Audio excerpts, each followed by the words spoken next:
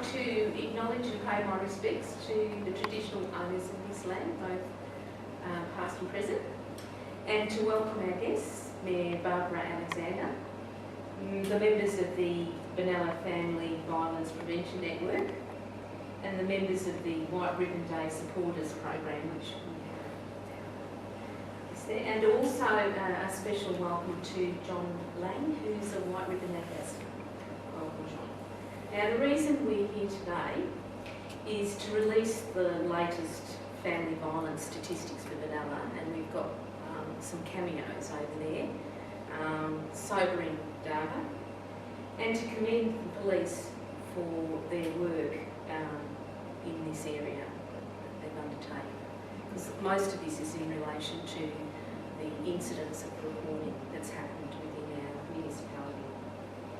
Also to recognise the agencies who've already joined the White Ribbon Day supporters group, and they are growing in number, and to continue to promote the ongoing work and the raising awareness of family violence issues in Benalla, and to assist with people taking back their power in relation to feeling they can report to police and feel that things will actually be resolved or they're supported to resolve those things. So I'd like to now take the opportunity to introduce Neil Stott to do the rest of the session. Thank you. And with me is Sergeant Harry Verbaken from the Police Family Violence Liaison Officer.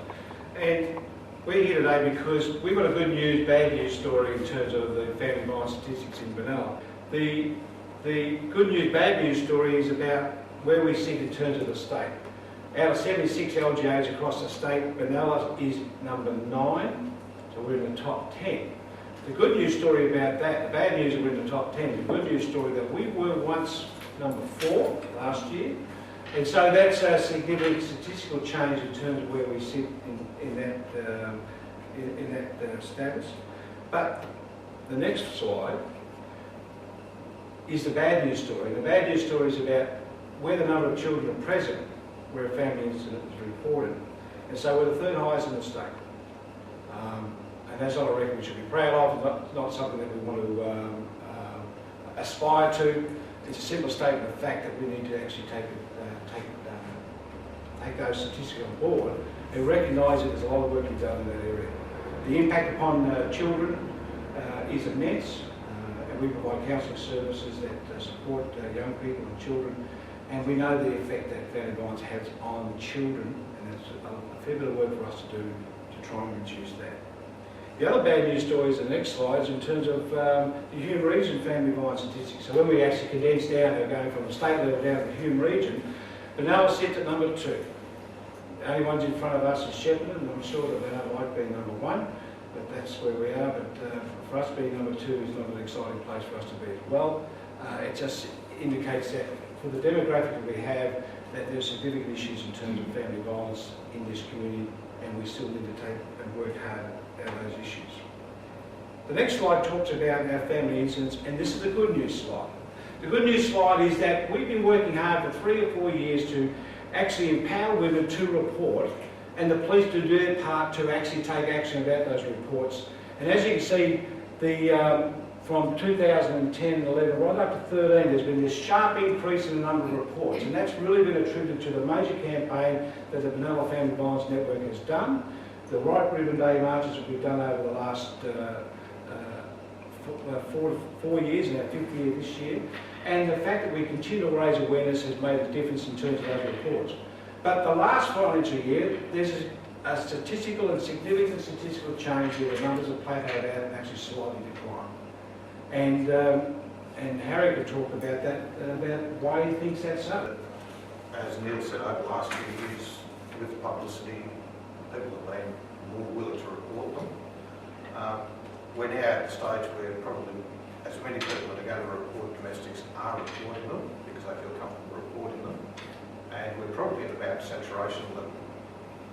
What I would expect to see over the next year is an actual decline because the work that we're doing is actually helping people to resolve their issues and some of the work that's being done is a preventative system, so we're trying to prevent people getting to the stage where they do have to call us for a family violence incident. So I think that's why we've plateaued out. We're starting to make headway. If we go to the next slide, here's a really good news story. This is about the police taking action. One of the things about empowering women to report is that the police actually do something about it when it is reported. This slide clearly indicates that the Benalla Police continue to charge offenders as a result of that. You want to talk about that, Harry? Yeah, look, part of my role as a family violence liaison officer is that a domestic gets reported, the divisional van crew go and attend it, the sergeant takes control of it at that point in time, all the paperwork's done. The sergeant at the time checks that everything's been done that should be done at the time. I then check those reports over the next number of days and go back over them and just see, is there anything further that we can do? Is there any other offences that identified?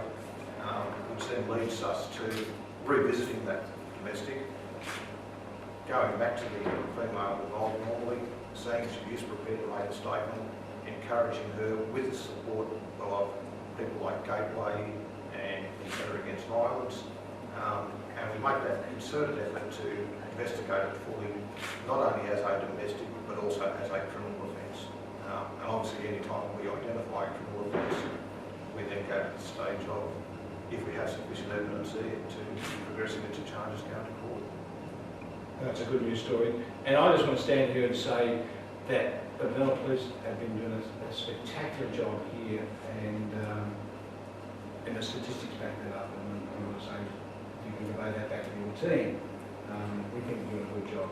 We know there's more to be done, but good on you guys. The next slide talks about, is another Harry question about intervention orders. But perhaps you can talk about why that continues to go up like that.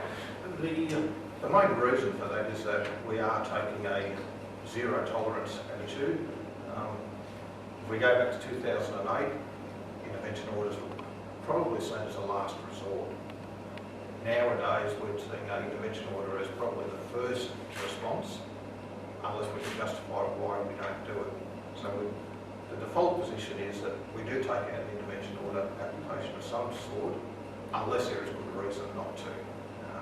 And sometimes that good reason can be that the affected family member, the female normally, isn't ready to take that step, where we consider it to be a necessity rather than a nice to. We'll take it out even without her support. So the next slide is a combination of data between safety notices and intervention orders. Safety notices, those who don't know, are basically a different way of kicking off an intervention order. It can be issued by the police, and historically they used to only be valid for 2 days, then they went out to 5 days. Now gone out to 5 working days. So they're a much quicker and easier way for us to kick off the process of starting the application for intervention. So we go to the next slide, it's just a little picture. These are all the agencies who have become signed up members of the Benalla White Ribbon Day Supporters Program. And so we'll be going out in a campaign over the next year. Our goal is that 50 Benalla agencies will become members of the Benalla White Ribbon Day Supporters Program. And if we go to the next slide, on White Ribbon Day on the Tuesday the 25th of November, we'll be having our annual Walk Against Violence, where we start at the Vera, walk across the bridge, have some tucker, have some speeches. But this year we'll have Luke Morgan as the coach of the Benalla Saints. And so he'll be talking about the work that they've been doing with their Courageous Conversations at the football club. But also, he'll be signing up to become a Benalla White Ribbon Day supporter for the Benalla Saints. And we'll also be talking to the other football club and the cricket clubs and any other sporting clubs that on that day there will be a number of agencies all signed together. So we think that if we make a major effort that we can have all the sporting clubs, the major sporting clubs, all become Benalla White Ribbon Day supporters or on White Ribbon Day. So this is something to encourage you. We'll be distributing this flyer. We'll be encouraging people to distribute far and wide. And last year we had 225 people. There's no reason we can't have 300 to 500 people turning up. Rotary might run out of sausages. So we come to the last slide, which is questions. So any questions about what you've seen, and questions about what we're doing, what we could be doing? that you've now seen as a result of this, or I'm presuming it's all aligned, has that surprised you, or was that what you were anticipating? Look, I was definitely anticipating an increase over the first few years of doing this, because it has always been a hidden issue, people that haven't wanted to talk about it. We were always expecting that at some stage we would get to saturation level and it would plateau. The fact that we've got there now, yeah, well, it might have been now, it might have been 2 or 3 years' time. It was sort of an unknown. You know, we know we're scratching the tip of the iceberg. How much is it? We didn't know. So, were we going to reach a plateau at some stage? Yes. Wasn't it necessarily going to be this year? That was a who knows. So the charges and the interventional applications, yeah, that's expected that we are getting more and more. And I like to think that the reason we're dropping down in the order of LGAs is because we, Benalla, have taken this on initially a lot earlier than most other LGAs have. So we've been leading, we've been the ones that's been increasing, while the others have just been in that feeling their way stage. Whereas now with saturation, we'll find the others are starting to get up towards it, and I'd expect us to drop a little further than that. So other LGAs will get what we've been doing? I know within policing, yes. That's good. Council and White, I'm not 100% sure. Yeah. Policing, we do quite frequently talk together, and particularly within the Union region. We have one girl at our office who's part of our family violence unit. She actually reports directly to Shepparton, so there's that input between her and Shepparton and her and Seymour, so we're getting that done. And then those three also talk to one another and Wodonga. So yeah, the best practices that we come up with, we're leading with some of them. Other stations are leading with others. We're continually chatting amongst ourselves and saying, okay, you're getting some good results, how are you getting it? And that's why we've now got Gateway on board as one of our primary referral agencies. They were doing a wonderful job up at Wangaratta and Wodonga. We said, well, how about you drive another hour down the freeway? They go, oh, well, we won't be. They have come on board to make a difference. So in terms of what we do as the Benalla Family Violence Prevention Network, I think that's a discussion. How do we take the good news story, how do we apply it and be recognised for the work that's been done, but also convey that message back to other communities about, well, this is what a community-based approach looks like.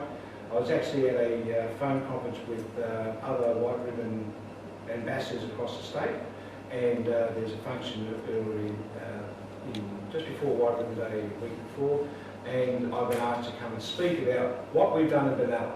And so that's an opportunity to talk to a whole bunch of other people who are in this space about how does Benalla done this at a community level, and what sort of work we've done and how we've worked in partnership with the police and other agencies. So that'll be an opportunity to do that. But I think there's other opportunities for us to talk up the good news story.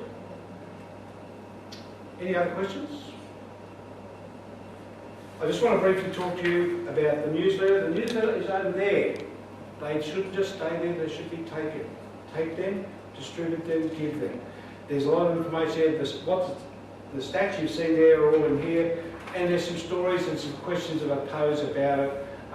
We'll be distributing this through our electronic network, on our website, and we encourage you to hand it out and give it out, because I think part of this campaign working is the community getting on board, and a newsletter like this newsletter is about it. And also there's what is a Benalla White Ribbon Day supporter program look like. So there's it's an information sheet on that. So I encourage you to also take that and give it to the groups, organisations, community groups, and that you are part of, that they can. I want to be part of this. I want to make a difference. So I'll just hand back to Deb. Just before we close, to let people know that there is a trial bystander training being trialled next week after. Senior leaders in council, they're all being trained in this bystander training, and hopefully, I think they're going to be guinea pigs a little bit. Once they tweak it a little bit more, I'm hoping that the bystander training will be available to anyone in Benalla, because often what is is said is, what can we do? How do we tackle it? How do you tap somebody on the shoulder? And so I think bystander training is another tool that can be used by the community. So hopefully, once the guinea pigs have tried this training, we might get some really good pointers. So that's happening. There's a lot of little projects happening that are just bubbling away. And I have to guess that probably 2015 we'll start to see a bit more coming to the service. So just keep an eye out for that. So just on that note, I'll close the proceedings. Thank you very much for coming. And see you out there in March 27th.